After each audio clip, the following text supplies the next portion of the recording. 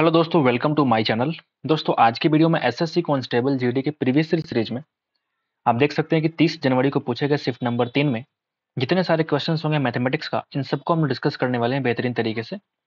तो ये जो आपका सीरीज चल रहा है प्रीवियस ईयर सीरीज का, प्रीवियस ईयर क्वेश्चंस का मैथमेटिक्स का, ये आपके लिए बहुत अधिक बेनिफिशियल साबित होगा अगर आप एक एसएससी जीडी के एस्पिरेंट हैं, जो कि फरवरी मार्च में होने वाला है 24 में।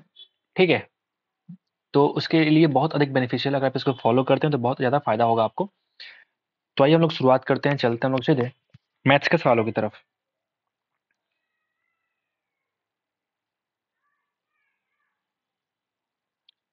आप देख सकते हैं दोस्तों कि यहाँ से मैथ का सवाल आपका शुरू होता है। ठीक है, सुशांत ने 100 पुस्तकों को बांधने का कार्य 20 घंटे में कर सकती है। सुशांत तथा प्रगति मिलकर 80 घंटे में 600 पुस्तकों को बांधने का कार्य कर सकती है। तो प्रगति अकेले 60 पुस्तकों को बांधने का कार्य कितने समय के अंदर पूरा कर सकती है, आपका ये सवाल है। ठीक है, आप देखो 100 पुस्तकों का बांधने का कार्य करता है 20 घंटे में। अगर मैं एस लिखूं सुशांत के लिए तो मैं लगाऊंगा इंटू 20, और वर्क हमारा लगेगा नीचे, कितना वर्क कर रहा है, 100 पुस्तकों को बांधने का काम, इज इक्वल टू, अगर मैं कहूँ सुशांत प्लस प्रगति मिलकर कितना घंटा लगाते हैं, 80 घंटे में 600 पुस्तकों को बांधने का काम करते हैं। ये लगा सकता हूँ। ये हमने कहाँ से लगाया, तो आपको ये मालूम होगा पहले से कि M1 D1 H1 upon W1 is equal to M2 D2 H2 upon W2। नीचे हमारा वर्क डन होता है, ऊपर हमारा ये मेन का संख्या को डिनोट करता है, ये हमारा डेज है और ये आवर है, पता है आपको। तो इस तरीके से हमने क्या कर दिया, रिलेट कर दिया। आई बात समझ। अब यहाँ से हम काटेंगे पूरा 100 से 6 बचेगा यहाँ पे, 20 गुणा 4, ये बचेगा 2 बार में और ये बचेगा 3 बार में। ठीक है, तो 3s is equal to 2s plus 2p बोल सकता हूँ, यानी कि s is equal to 2p, यानी मैं कह सकता हूँ कि s और जो p का रेशियो है वो 2:1 का है। क्लियर है। आपसे कह रहा है कि प्रगति अकेले 60 पुस्तक को बांधने का कार्य कितने समय में पूरा करेगी। तो हम एक इक्वेशन यहाँ से लेते हैं। तो एस का वैल्यू हो गया 2 × 20/100। ठीक है, अब मुझे निकालना है प्रगति का। प्रगति है कितना, प्रगति की एफिशिएंसी कितनी है, 1 के बराबर। आपसे कह रहा है कि 60 पुस्तक का निकालना है, टाइम आपको फाइंड आउट करना है, इंटू टेल दिया हमने। अब क्या करेंगे, काट के मैं इसका आंसर निकालेंगे। तो आप यहाँ पे देखोगे 20 पंजे 100 और 5 गुणा 12 यानी कि 60। ठीक है, तो टी का वैल्यू आ चुका है 2 गुणा 12 यानी कि 24 आवर्स। उम्मीद करते हैं कि आपको समझ में आ गया होगा। बेहद ही आसान सवाल है ये, आप इसको बिल्कुल मुश्किल ना समझे, बहुत बढ़िया सवाल, बहुत आसान सवाल। ठीक है, तो आगे बढ़ते हैं हम लोग, चलते हैं नंबर 2 सवाल पे। एक शहर की जनसंख्या जो पहले 2 वर्षों में 2% की दर से बढ़ती है, फिर तीसरे वर्ष में 4% की दर से घटती है। यदि शहर की वर्तमान जनसंख्या 62500 है तो 3 वर्ष के बाद जनसंख्या कितनी होगी, आपसे कह रहा है। ठीक है, तो पहले 2 वर्षों में 2% रेट से बढ़ता है, ये सवाल है, मतलब 100 की वैल्यू 102 हो जाएगी, यानी 50 की वैल्यू 51 बनेगी। मैं कह सकता हूँ, यानी कुछ और नहीं, 62500। अगर मैं कहूँ कि ये 50 है फिलहाल, तो अगले साल कितना हो जाएगा, 51, क्योंकि 2% क्या हो जाएगा, इंक्रीमेंट। लेकिन ये काम 2 साल तक होता है, तो 50 फिर से बन जाएगा 51। लेकिन तीसरे साल कह रहा है कि 4% की दर से घट जाती है, मतलब 100 की वस्तु 96 बन जाएगी। या वस्तु नहीं बोलना सही होगा, 100 पॉपुलेशन अगर है तो अगले साल कितना हो जाएगा, 96। तो मैं यहाँ पे क्या करूंगा, इंटू 100, और यहाँ मैं करूंगा 96। अब तुम जो सॉल्व करोगे वही सवाल का आंसर आपको देखने को मिलेगा। यही तुम्हारा 3 वर्ष के बाद का पॉपुलेशन आपको देखने को मिलेगा। तो आओ जरा सॉल्व करें। 2 जीरो से हम यहाँ पे 2 जीरो काट के हटाते हैं। ठीक है, 5 गुणा 5 मिलकर 25 बनता है, और 25 गुणा 25, क्लियर है, 25 गुणा 4 और 4 गुणा 24। ठीक है, अब यहाँ पे आप देखेंगे 51 गुणा 51 और गुणा 24। तो 51 को 51 से गुणा करना आसान है, क्योंकि आप यहाँ देखेंगे कि 1 का स्क्वायर होता है 01, और 25 में 1 जोड़ोगे यानी कि 26 बन जाएगा। ये कितना हो गया, 51 का तुम्हारा स्क्वायर है, इंटू कर लो 24। अब यहाँ पे तुम देखोगे कि 1 इंटू 4 करेंगे तो अंतिम डिजिट 4 आएगा, मतलब यहाँ भी देखो 4 है, यहाँ भी देखो 4 है, इसको हम काट के हटाएंगे दोनों को। ठीक है, तो अब गुणा करते हैं, 2600 गुणा 24 कर पाएंगे, या फिर सिंपल मल्टीप्लीकेशन करते हैं, 24 इंटू 1 24, कैरी हो गया 2, 2 यहाँ फिर से आ जाएगा, तो जीरो से मल्टीप्लाई करने पे 0 होगा। 24 इंटू 6 144, कैरी हो जाएगा 14, 24 दूना 48 और 14 कितना होता है, 62, यानी कि 62424 is the required population after 3 years. तो उम्मीद करते हैं कि आपको समझ में आ गया होगा। बहुत ही आसान सवाल है ये। आगे बढ़ते हैं, नंबर 3 पे आते हैं। एक त्रिभुज की जनसंख्या सॉरी क्या बोल रहा हूँ मैं एक त्रिभुज की जो अंतः त्रिज्या है वो 8 सेंटीमीटर है और इसकी भुजाओं की लंबाई का जो योग है वो 60 है, तो त्रिभुज का क्षेत्रफल कितना होगा आपको बताना है। ठीक है, delta is equal to S into R आपने पढ़ा होगा, जहां पर डेल्टा जो होता है वो त्रिभुज के एरिया को दिखाता है, एस जो होता है उसको बोलते हैं semi perimeter. S is equal to semi perimeter मतलब अर्ध परिमाप बोलते हैं ना, जैसे आप किसी त्रिभुज का हीरोन्स फॉर्मूला से निकालते, हीरोन्स का यूज करके निकालते हैं एरिया, तो वहां पे जो एस होता है ये वही वाला एस है। तो अगर तुम्हारा परिमाप अगर 60 है तो एस कितना होगा, आधा होगा जो कि 30 के बराबर होगा। अर्ध परिमाप इसी को बोलते हैं भाई साहब। ठीक है, अंतः त्रिज्या अगर 8 है तो इसी को तो यहाँ पे आर लिखा गया है, आर यहाँ पे अंतः त्रिज्या को दिखाने के लिए आया है। तो हमको निकालना है एरिया, यानी कि एस कर लो 30, आर की वैल्यू 8, यानी कि 240 सेंटीमीटर इस सवाल का, सेंटीमीटर स्क्वायर इस सवाल का आंसर हो जाएगा। अगर ये वाला फॉर्मूला आपको याद होता तो आप फटाफट निकाल लेते, मुझे इतना लिखने की आवश्यकता नहीं पड़ती। आगे बढ़ते भाई 4 पे आते हैं। रीता और गीता की आय क्रमशः दे रखी है, तो आपसे कह रहा है कि गीता की आय रीता से कितना अधिक है। तो आप देखेंगे 2:3 का रेशियो है, तो आप देखेंगे 1 का आउट ऑफ 2 ज्यादा, मतलब कि 50% क्या है, ज्यादा है। आगे बढ़े, नंबर 5 पे आते हैं। चतुर्थानुपाती निकालना है, कोई बात नहीं, उसको हम मान लेते हैं वो x के बराबर है। ठीक है भाई, वो क्या है, x के बराबर है। तो हम बोलेंगे कैसे, नजदीक को नजदीक से गुना और दूर को दूर से गुना करते हैं, यानी कि x/2 इज इक्वल टू 1/4 × 3 12 बोल सकते हैं। अगर तुम काटोगे तो 2 से कट जाएगा 6 बार में, यानी कि x की वैल्यू आ चुकी है 1/6 के बराबर। आगे बढ़े, अनुपात ज्ञात करना है a+b और a-b अगर आपको दे रखा है तो आप पहले से पता है कि a और b निकालना कितना आसान है। बताइए, अगर आपको डिफरेंस और सम दोनों दे रखा है, दोनों को जोड़ के हाफ किया तो बड़ी वैल्यू, घटा के हाफ किया तो छोटी वैल्यू। अब यहाँ देखो छोटी वैल्यू है कौन, छोटी वैल्यू जो है वो है तुम्हारा b के बराबर, क्योंकि इसमें से हम घटा रहे हैं, a में से माइनस कर रहे हैं b को, तभी वैल्यू जो आ रही है पॉजिटिव वैल्यू आ रही है, मतलब a हमारा क्या है, वेरी वैल्यू है। तो बड़ी वैल्यू कितनी आ जाएगी, 10, घटा के हाफ करो तो आप बोलेंगे 8/2 यानी कि 4 के बराबर। सही है ना, यानी कि अनुपात आ गया 5:2, ए और बी का रेशियो आ चुका। अब कुछ नहीं करना, आपको क्या करना है, इसे पटक दीजिए वैल्यू को, 4 × 5 यानी कि 20 और +6 यानी कि 26 H2। यहाँ देखो 4 × 5 यानी कि 20 -6 यानी कि 14, मतलब 13:7 इस सवाल का आपका आंसर दे रखा है। आगे बढ़े, विनय जो है चावल को उसके क्रय मूल्य पर बेचने का दावा करता है, परंतु 2 kg के स्थान पर 1600 ग्राम के वजन का उपयोग करता है। इसने बोला भाई कि हम जो है 100 रुपए की वस्तु को 100 में ही सेल करते हैं, 100 रुपए की वस्तु को हम जो है वो 100 में ही सेल करते हैं, इतने ईमानदार हैं। ये बोला कि हमारा जो सीपी और एसपी का जो रेशियो है 100:100 है, कि हम बहुत ईमानदार आदमी है। लेकिन साथ ही साथ उसने क्या किया, 2 kg के स्थान पर यानी कि 2000 ग्राम के स्थान पर इसने 1600 ग्राम का इस्तेमाल किया है वजन का।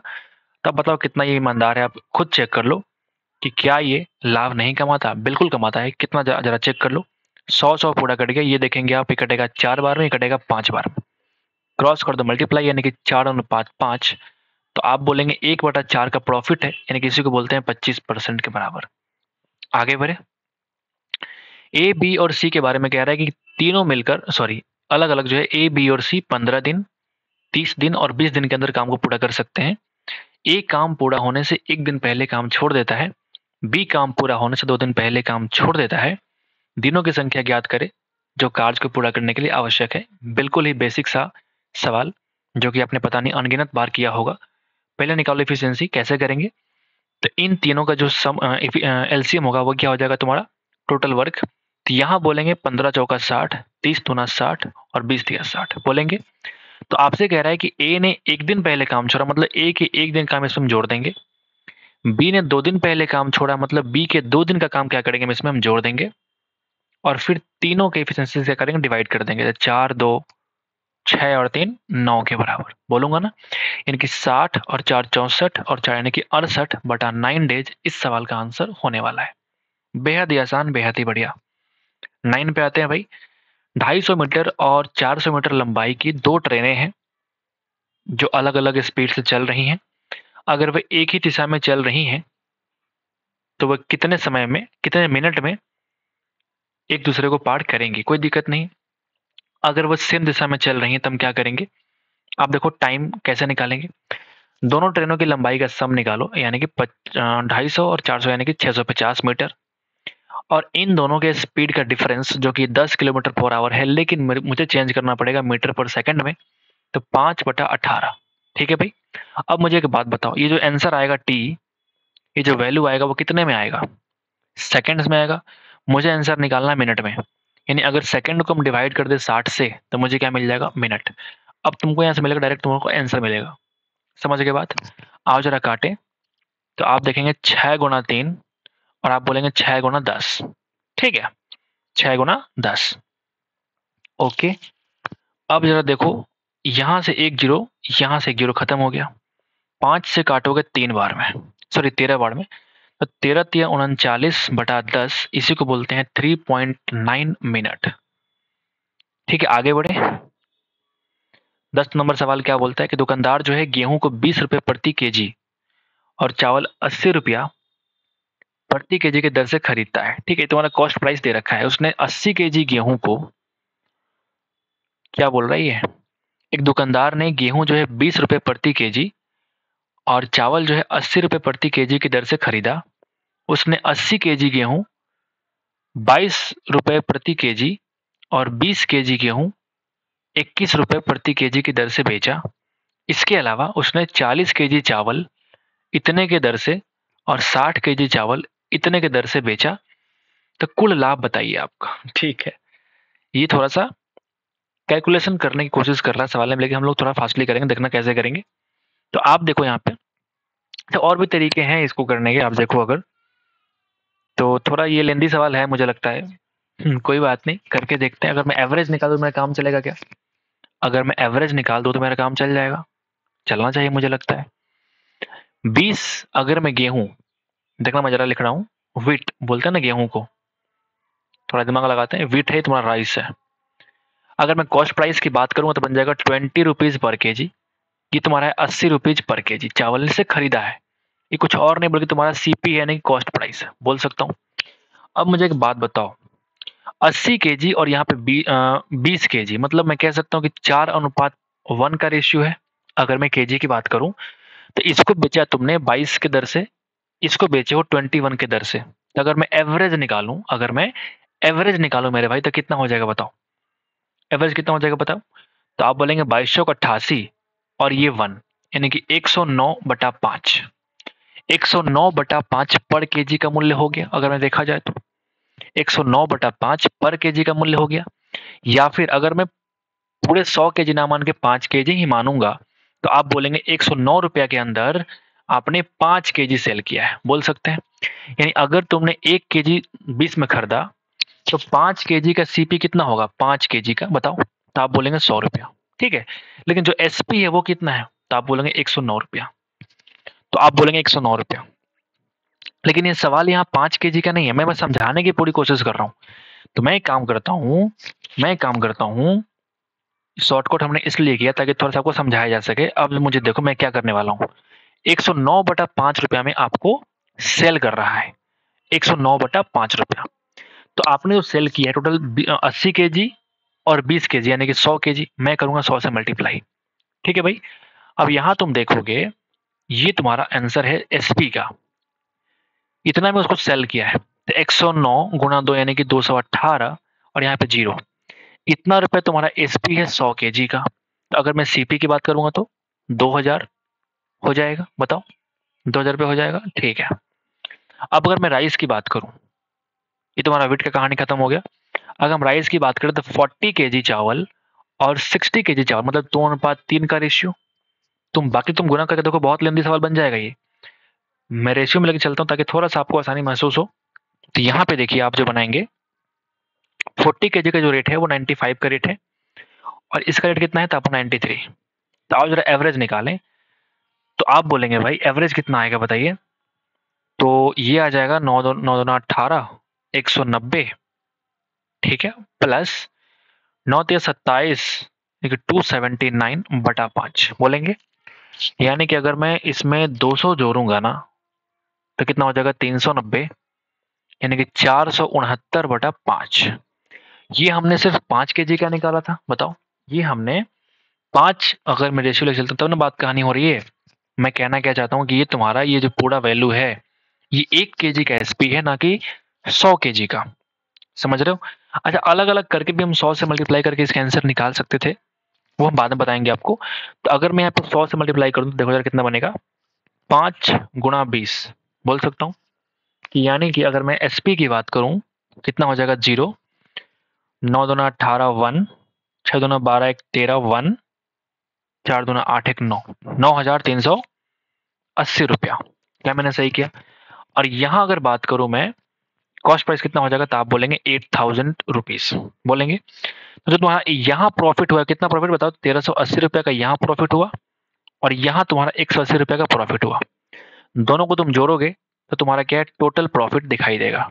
टोटल प्रॉफिट आपको दिखाई देगा, जो कि 1,560 रुपए के बराबर है। सवाल बढ़िया नहीं है, लेंथी करने की पूरी कोशिश करी गई है, सवाल बढ़िया नहीं है ये, ठीक है। आप ऐसे भी कर सकते थे दूसरे तरीके से, कि आप इसका जैसे रेशियो निकाल रहा हूँ मैं, 469/5, 109/5, मैं शॉर्टकट करता हूँ, देखना यहाँ पे, क्योंकि वो चीज़ यहाँ पे अगर अप्लाई करते हैं तो और फास्ट हो सकता था। कैसे किया हमने, यहाँ पे तुम देखो, पहला जो था वो 20 रुपये, तुम्हारा सीपी है कितना, 20, और ये कितना है तुम्हारा 80।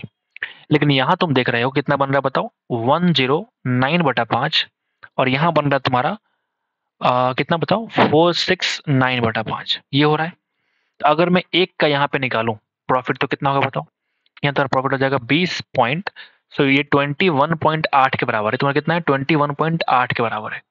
अगर तुम ये चेक करोगे तो कितना बनेगा बताओ, 5 9 45, 5 या 15.4, मतलब यहाँ तुम्हारा जो प्रॉफिट हो रहा है वो 1.8 रुपया का हो रहा है, ठीक है।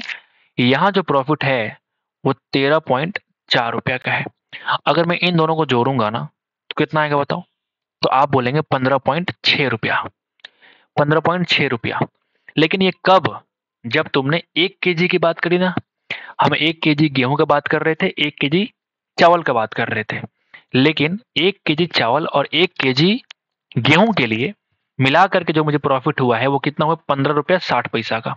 तो अगर मुझे 100 kg की बात करनी पड़े तो प्रॉफिट कितना होगा बताइए, 15.6 इंटू 100, यानी कि 1560 रुपया। तो आपको जो तरीका अच्छा लगे आप उसको अप्लाई कर लीजिए, ठीक है।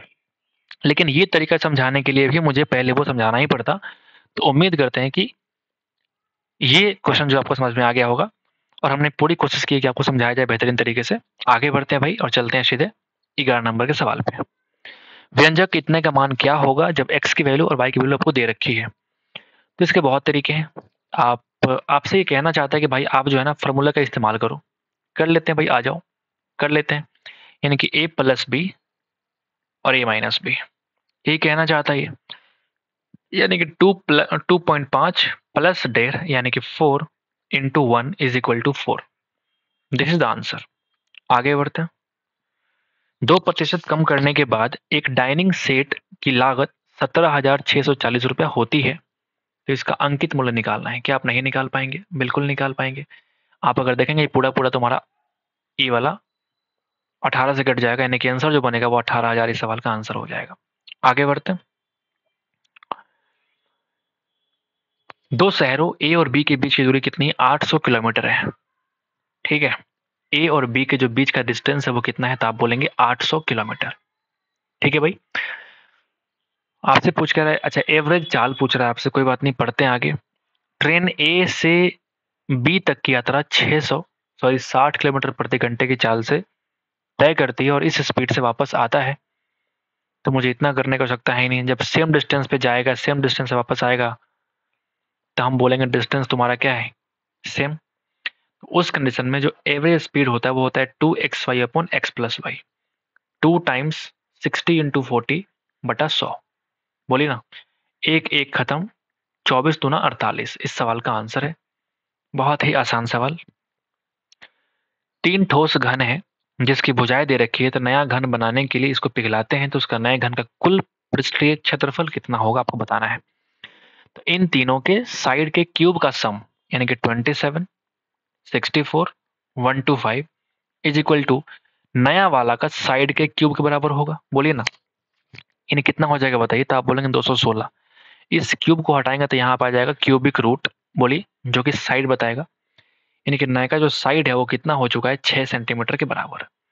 आपसे कह रहा है भैया तो टोटल सरफेस एरिया कितना हो जाएगा, टीएसए ऑफ क्यूब जो होता है वो होता है 6 इंटू ए स्क्वायर, बोलते हैं कि नहीं, 6 इंटू 36 यानी कि 216। इस सवाल का आंसर होगा क्यूबिक में, सॉरी स्क्वायर में, मुझसे मिस्टेक हो गई, क्योंकि एरिया हमेशा क्या होता है, स्क्वायर में होता है। आगे बढ़े।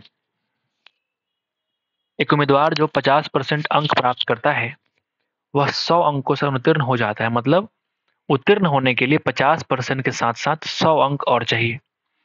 लेकिन दूसरा उम्मीदवार है जो 78% अंक प्राप्त करता है, लेकिन वो उत्तीर्ण अंक से 30% अधिक प्राप्त करता है। समझ रहे हो बात, क्या कहना चाहता है?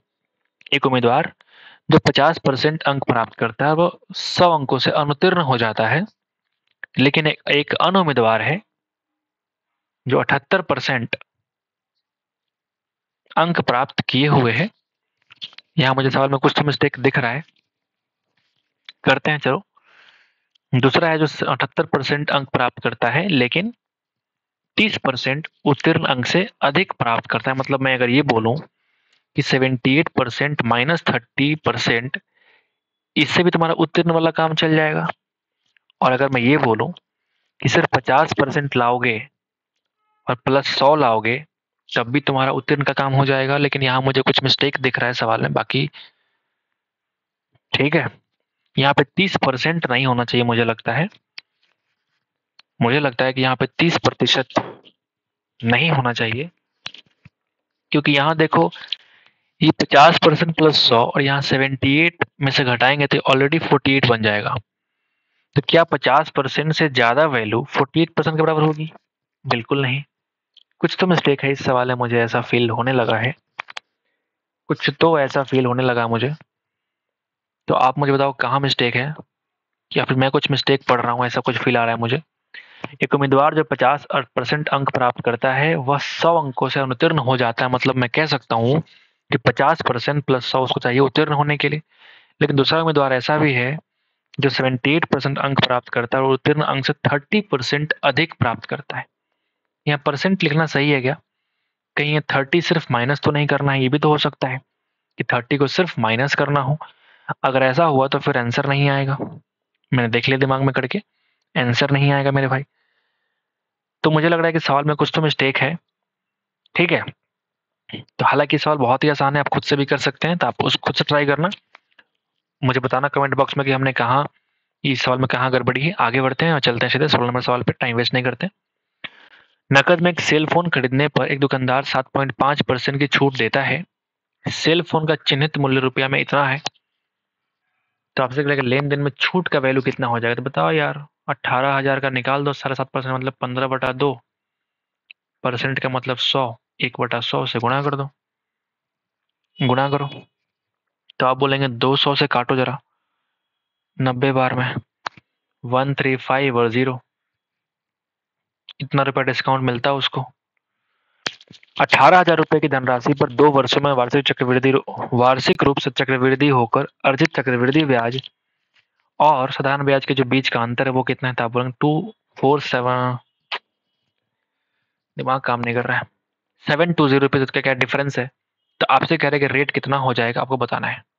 आपको मालूम है कि 2 वर्षों में सिंपल इंटरेस्ट और कंपाउंड इंटरेस्ट के जो बीच का अंतर होता है वो कितना होता है? पी का r²/100%, ठीक है। और ये तुम्हें दे रखा है 720 के बराबर। तो आप जरा पटकते हैं वैल्यू को, 18,000 इंटू r²/100 और परसेंट का मतलब भी होता है 1/100 इज इक्वल टू 720। काट लो, आंसर निकाल लो। यहां से 2 और यहां से 1 मिलके काट देंगे 3, बोलिए। अच्छा, यहां से 18 मिलके यहां से जब काटेगा तो बन जाएगा 4 के बराबर, मतलब r² इज इक्वल टू 400, यानी r की वैल्यू कितनी आ जाएगी? 20%। समझ गए बात? आगे बढ़ते हैं। एक व्यक्ति जो है ना स्थिर जल में 9 किलोमीटर पर आवर की चाल से नाव चला सकता है और 4 किलोमीटर की चाल से बहने वाली धारा उसे एक स्थान से पहुंचने में और वहां से मूल स्थान पर वापस आने में कुल 9 घंटे का समय लेती है तो बताइए कि मूल स्थान से वह स्थान कितनी दूरी है।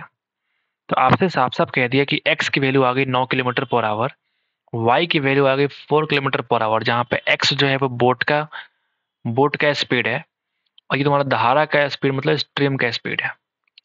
किसी एक ही डिस्टेंस में जाने का मतलब इन दोनों का सम, किसी एक ही डिस्टेंस में आने का मतलब इन दोनों का डिफरेंस, और टाइम लगता है मेरे भाई 9 घंटा। बताओ बताओ, क्या हम यहाँ से डिस्टेंस निकाल पाएंगे? कोशिश तो पूरी है। तो यहाँ बोलिएगा 5, यहाँ बोलिएगा 13, और डी हमने निकाल दिया बाहर, इज इक्वल टू कर दो 9 के बराबर। 9 से कटेगा 15, 9 दूना 18 के बराबर, क्योंकि 13 और 5 कितना, 18। तो जो डी का वैल्यू है वो आ चुका है मेरे भाई 65/2, यानी कि 32.5 किलोमीटर। आगे बढ़े। अरुण ने 175 रुपीज प्रति कमीज की दर से 3 कमीज, इतने के दर से पतलून की दर से 6 पतलून खरीदा है। तो सभी का आपको एवरेज निकालना है। ठीक है, कोई बात नहीं। एवरेज प्राइस क्या है आप अगर देखेंगे तो 3 कमीज है और 6 पतलून है, इसका है 175, इसका वैल्यू है 250। एवरेज निकालने के लिए इस 3 और 6 को हम काट के 1:2 कर सकते हैं, यानी कि 175 प्लस 500 बटा आप 3 कर लीजिए, यानी कि 675/3 अगर करेंगे तो 225 के बराबर आपका आंसर आने वाला है।